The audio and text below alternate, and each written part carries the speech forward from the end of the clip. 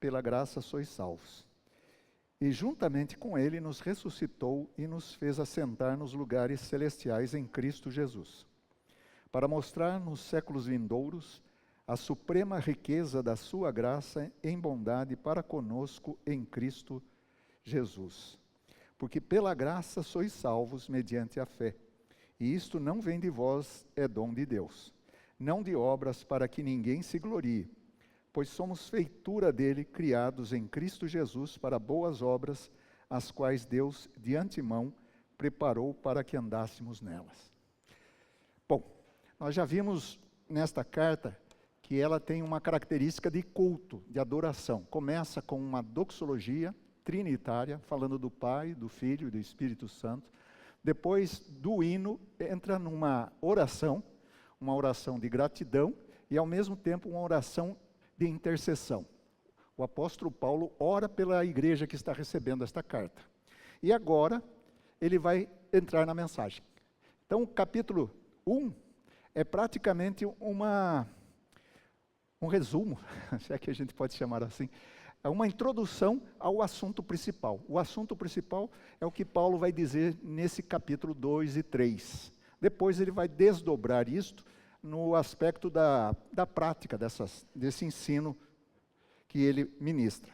Então vejamos aqui, depois de orar, e ele quer que nós tenhamos uma clareza, tenhamos a capacidade de entender o que ele vai dizer, ele passa então a expor o que aconteceu com esse povo chamado por Deus em Jesus Cristo. Nós podemos dizer que esse capítulo 2, do verso 1 ao 10, é o que aconteceu em termos individuais. Apesar do pronome ser usado muitas vezes aqui, nós, vós, sempre no plural, nós temos esse duplo sentido. Temos um sentido de que Deus fez isso no seu conjunto, mas também fez na vida pessoal de cada um. Porque o que ele está falando é sobre essa gloriosa igreja, que é o povo de Deus, o povo que foi criado em Cristo Jesus. Então há uma dimensão soteriológica. Soteriológica significa um ensino sobre a salvação. E há também uma dimensão eclesiológica, ou seja, o que significa em termos de povo de Deus, igreja. Igreja significa aqueles que são chamados. Na verdade, os chamados de fora. É interessante isso, né? Chamamos para fora, somos chamados para fora. Isso daí era um termo usado entre os gregos, na polis, que as pessoas, quando iam decidir democraticamente, eram chamadas para deliberar a respeito de determinados assuntos que envolviam um interesse comum. Quando a gente fala em democracia, nós pensamos no nosso sistema, né? Mas o nosso sistema é democrático representativo. Ou seja, nós elegemos pessoas que vão lá no centro dos três poderes e também nos representam. Quando nós colocamos o nosso voto na urna, nós passamos o direito a outra pessoa. Isso é característico. Aqui é um pouco diferente. É como se tivéssemos aqui uma reunião semanal para discutir assuntos que envolvem a igreja. Também acabava cansando, né? O sistema eclesial desse jeito é o sistema batista. O nosso é uma média, né, entre os batistas e o episcopado, mas não levando em conta essa ordem de bispo, presbítero, diácono e o crente, né? Não, a gente faz, na verdade, a gente crê numa mistura, né, num misto disto. Bom, isso aqui não é bem o que vem falar aqui, né? O texto está falando de como é que a gente era, qual era a nossa situação antes de crer, de receber a Cristo. Então aqui ele está dizendo de um tempo passado, outrora, e um tempo atual, e o que vai acontecer no futuro. Então nós temos 3 tempos aí. O nosso andar antigo, a nossa situação hoje e como será no final. Essas 3 dimensões estão aí. O versículo 1 começa com... Na verdade, ele começa na metade do versículo, né? Aqui há um problema de tradução. Estando vós mortos nos vossos delitos e pecados. A impressão que dá é que o apóstolo agora ele se retira, né? Vocês eram pecadores.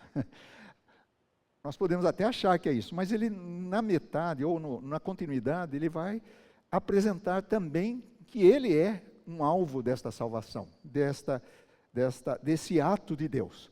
Então nós podemos entender que isso daqui era para todos nós. Tanto é que ele vai dizer isto no versículo 3.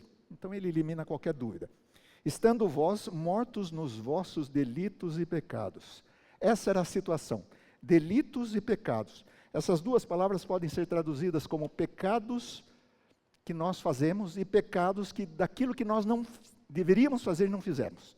Pecados de emissão, aquilo que fazemos, e pecados de omissão. A igreja anglicana coloca isso nos seus princípios de fé. Aquilo que nós fazemos é pecado, e aquilo que não fazemos também é pecado. Então, aquilo que deveríamos fazer se torna um delito ou um pecado. O apóstolo Paulo, então, quer dar com essas duas palavras o conjunto da obra. Qual era o conjunto da obra? Nós estávamos mortos. Imagina só. Sabemos que não se trata de uma morte física. Trata-se da morte espiritual, que antecede a morte física. A morte é um problema que a Bíblia trata do começo ao fim. Se você quiser saber o que se trata, a Bíblia, ela fala sobre vida e morte. Mas ela começa então com vida, depois a morte e depois a vida de novo. Mesmo a vida que os crentes, os cristãos, aqueles que creem em Cristo, devem ter, passa pela morte de Jesus Cristo. Alguém que não nasceu para morrer, no sentido assim de não ter pecado, leva todos os pecados e representa a nossa vida, a nossa pessoa nele. Então ele nos dá a vida morrendo. A morte traz vida, a morte de Jesus Cristo. E aqui ele está dizendo um tempo antes dessa morte física, está dizendo, estando mortos nos vossos delitos e pecados. Poderíamos até dizer que éramos mortos vivos. Mortos espiritualmente, vivos fisicamente, mas a nossa vida, se você pensar um pouquinho, ela é um caminhar para a morte. Nós estamos morrendo dia após dia. Apesar de haver algumas sequências, né? A criança nasce cheia de vida, vai adquirindo seus músculos, vai crescendo, vai ficando sábia, aí chega num determinado momento, começa a virada. Já não há mais tantas células para serem substituídas, então vai diminuindo, até o momento que a gente já vai. Então, esse tipo de história aconteceu por causa da fatalidade, ou vamos dizer, da ofensa do primeiro homem, da primeira mulher. Então, essa é a nossa história, não tem como não dizer que não está ligada ao primeiro homem e à primeira mulher. O problema é esse todo. O problema é da morte que será resolvido na Escritura, você vai perceber isso, e vai ser resolvido finalmente em Cristo Jesus, antecedendo a sua vinda. Quando ele vier, aí fecha tudo. Aí acabou a peça, acabou a obra. E quando ele diz sobre que nós andávamos nesses delitos e pecados que nos tornavam, esses delitos e pecados nos tornavam mortos, veja que é outrora. Ele diz 3 agentes dessa morte, desse pecado. São 3 agentes, 3 forças que fazem a gente sempre pender para isso. Pessoas que não têm em si o desejo de Deus. Não há um desejo assim inato. As pessoas, na verdade, a sua vontade é para o erro, para fazer do jeito que ela acha. Então, em certo sentido, nós podemos dizer que o maior pecado é ser nós, para nós mesmos, Deus. Nós temos o nosso Deus, que somos nós. Então, para romper essa situação, ele vai apresentando inicialmente que nós vivíamos, aqui a palavra andastes, é um termo hebraico, lá do Antigo Testamento, que é para falar sobre comportamento. Veja até nós usamos isso, Veja com quem anda e eu vou te dizer quem é. Claro que isso aí, se for aplicar para Jesus, não dá certo. Se diz, Jesus anda com pecadores, mas ele não peca. Então, quebra aí essa frase, Mas aqui está dizendo, nós andamos outrora. Agora vem essas 3 coisas, esses 3 poderes, se é que a gente pode chamar assim, 3 influências na nossa vida para andarmos em delitos e pecados. Primeiro deles, segundo o curso deste mundo. A palavra mundo aí é a palavra cosmos. É uma palavra que já entrou no nosso vocabulário. Quer ver como? Quando uma mulher, por exemplo, vai comprar um produto de beleza, como é o nome daquilo? Cosmético. É interessante que cosmético significa adorno do mundo. É por isso que Pedro fala assim, ó, não deixe isso se tornar o seu mundo. Ele não proíbe que as pessoas usem isso, mas não faça disto o seu mundo. Não faça disto uma idolatria. Veja que isso é muito comum, né? Você pega essas páginas aí da internet, das pessoas, aquelas páginas pessoais, você não sabe se realmente a pessoa é daquele jeito, porque tem tantos filtros, né? A gente é de um jeito, mas a gente quer parecer de outro. Então a gente trabalha com esses cosméticos, mas não é nesse sentido aqui. Ele está dizendo, ó, o mundo é o eon. Um autor chama isso de Zeitgeist. Zeitgeist é uma palavra alemã que significa espírito da época.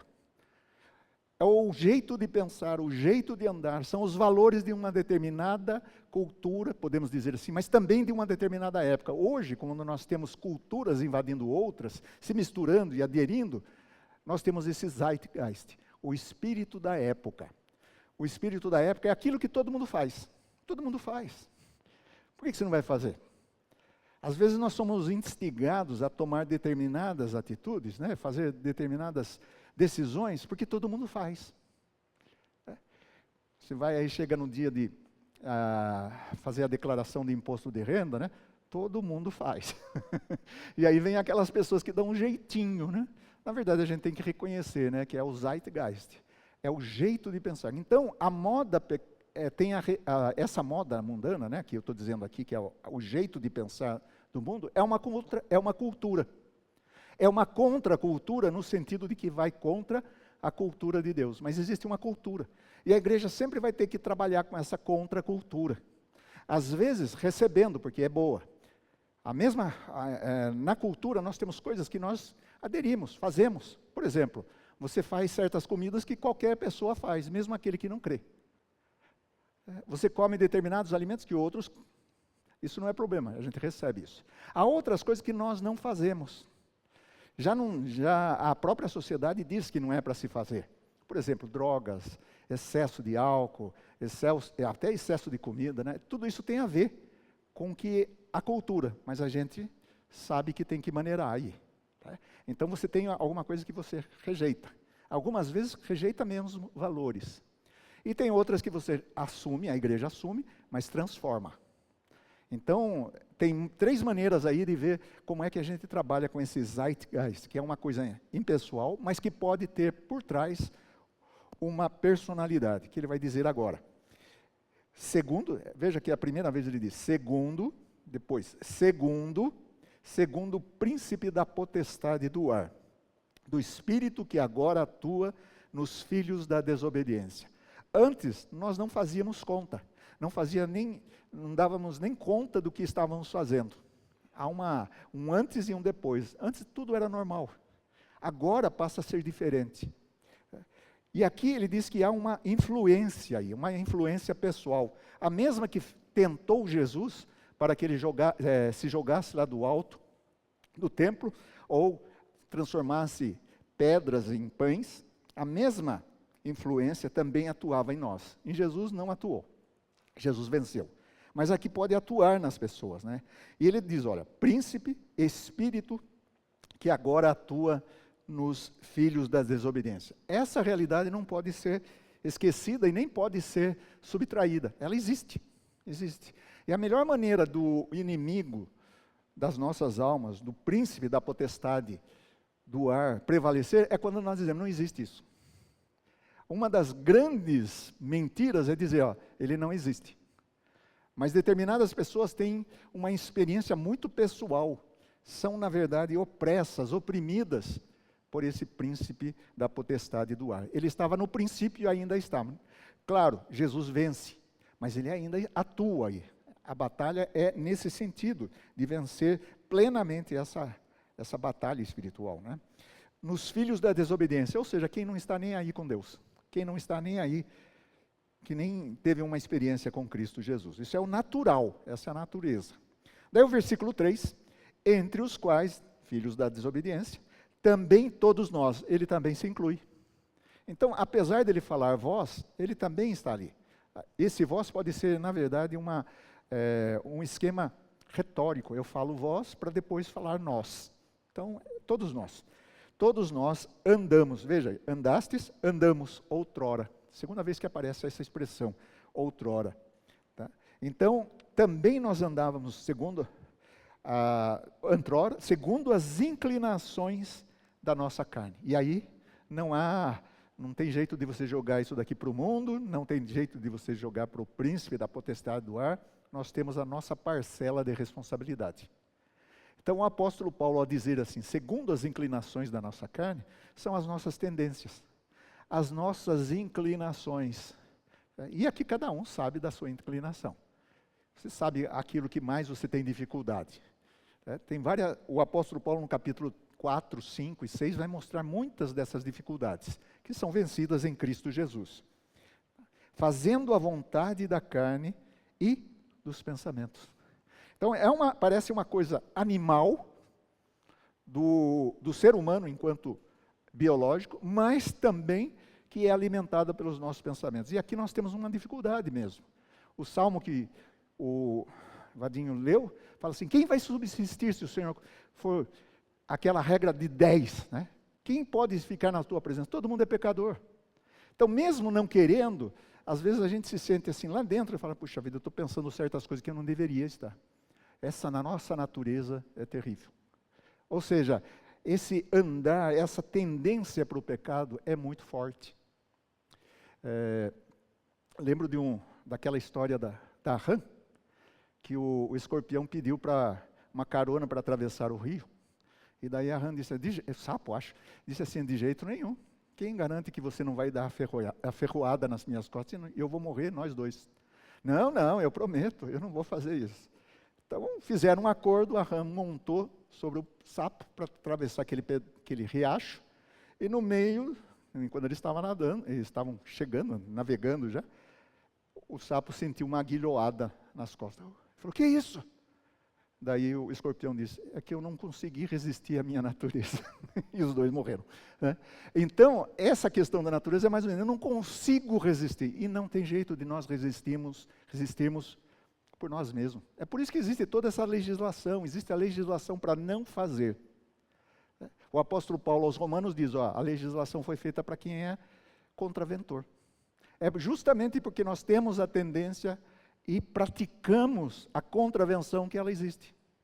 E nós aí sabemos que não era para fazer de tal maneira, que não era para pensar de tal maneira, que não era para falar. Às vezes a gente incorre no risco, né? Quer ver? Eu vou falar dessa daí, que é muito comum e é muito suportada, né? Você está conversando com uma pessoa e falando de outra, você diz, não é para criticar. Né? Não estou criticando. Conversa, desde o começo. Quando pensou, já estava criticando. Então, a gente tem que vigiar mais. Né? Quando você tiver a vontade de falar, teve um problema aqui, engoli aqui. Engole. É difícil, não é fácil não. É uma coisa que exige exercício. Mas esse exercício não é só por nós. Não fazemos isso na nossa força. Então essa é a vantagem. Mas antes, a gente destramelava. Né? Fazia certos pecados assim. Uma vez eu coloquei até falei isso já, de uma senhora lá que foi alcançada pelo Evangelho, ela disse assim no documentário, olha, qual que era o meu pecado? Eu era fofoqueira. Era fofoqueira mesmo, falava mal, criticava tudo. Ali eu gostava de falar.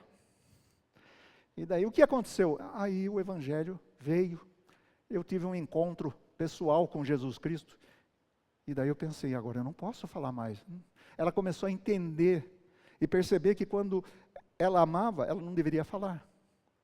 E o problema é que ela era fofoqueira da cidade, uma pequena cidade ali, sei lá de quantos mil habitantes. E ela dizia, agora o que eu vou fazer? E ela resolveu então pedir perdão para as pessoas que ela fofocava. Acho que é todo mundo da cidade. Todo mundo. E ela conversou com as pessoas e disse, olha, eu quero pedir perdão, porque eu falei mal de você. E quando ela fez isso, fez de coração, ela disse que sentiu grande paz, as pessoas também se converteram. A fofoqueira se converteu. Duro, né? Se levar isso daí, aquilo lá qual o pecado dele? É o fofoqueiro, né? Eu já contei a história dos 3 que estavam assim, num congresso. Eu vou colocar aqui 3 pastores para falar da minha área, né? Pastor presbiteriano, pastor metodista e o pastor batista. os 3 da mesma cidade. Estavam numa reunião, numa conferência, eles ficaram tocados, e falaram, nós temos que mudar, né? Daí o presbiteriano, eu preciso falar para os irmãos o meu pecado. E eu vou falar para vocês, porque tenho que corrigir aqui a partir dos líderes. O meu pecado é beber. Esse é o meu pecado. Daí veio o metodista, e qual que é o seu pecado? Daí o outro disse, não, eu também quero confessar o meu. Eu fumo como um louco.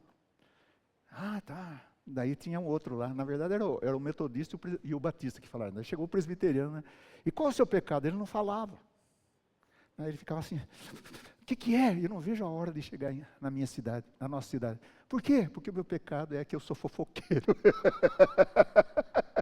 Eu troquei um pouco, mas na verdade era o presbiteriano, né, no caso, né? Então, ou seja, não adianta só a gente reconhecer, né? Temos que pedir força, poder, capacidade para vencer essas coisas, né? O apóstolo Paulo diz que nós estávamos perdidos, tanto no jeito de pensar do mundo, tanto na influência maligna que usa os nossos próprios pecados, os valores que estão aí, e nós mesmos, por natureza, éramos filhos da ira. Esse filhos da ira significa, a única coisa que a gente merecia era a ira. A ira de Deus, que consumiria nós de uma hora para outra. Existe um sermão, o pecador nas mãos de um Deus irado. Você pensa assim, nossa, o que é isso? É um sermão que fez história, foi escrito por Jonathan Edwards. Ele fez esse sermão e é interessante, naquela época eles escreviam o sermão, depois eram publicados, e muitas pessoas lendo o sermão se converteram. E ele fala sobre essa ideia dos filhos da ira, mas não somente nós. Não somente nós que abraçamos, mas aqueles também que não abraçaram, são filhos da ira. Aqui, nós podemos dizer que todos têm direitos iguais. Ou seja, todos têm direito à ira de Deus, a ira que consome. Essa é a situação. No calvinismo isso é chamado de, fogem as palavras, a situação perdida do ser humano. Tá? Ele está dizendo, essa é a nossa situação antes. O apóstolo Paulo, escrevendo aos Romanos, ele vai usando isso até o capítulo 3, versículo 21. Vamos dar uma olhadinha lá, para a gente perceber que se desenvolve muito mais lá. A linguagem falada é depravação total do homem, do ser humano. Em Romanos, capítulo, só para a gente ver o que acontece, né? Capítulo 1, no versículo 18, o apóstolo Paulo diz assim, a ira de Deus se revela do céu contra toda a impiedade e perversão dos homens que detêm a verdade pela injustiça. E aí ele vai elencando os muitos pecados. Primeiro ele começa a falar dos gentios, os gentios pensam desse jeito, e daí o religioso acha que com ele tudo bem. Mas vai mudando. Daí no capítulo 2, ele já diz assim, vocês também estão juntos. E vai dizendo, todos nós, até o capítulo 3, versículo 21. Mas agora, sem lei, se manifestou a justiça de Deus. Nós estávamos sob a ira, mas agora se manifesta a justiça de Deus, testemunhada pela lei e pelos profetas. Justiça de Deus mediante a fé em Jesus Cristo para todos os que creem, porque não há distinção. Todos pecaram, todos são iguais e carecem da glória de Deus.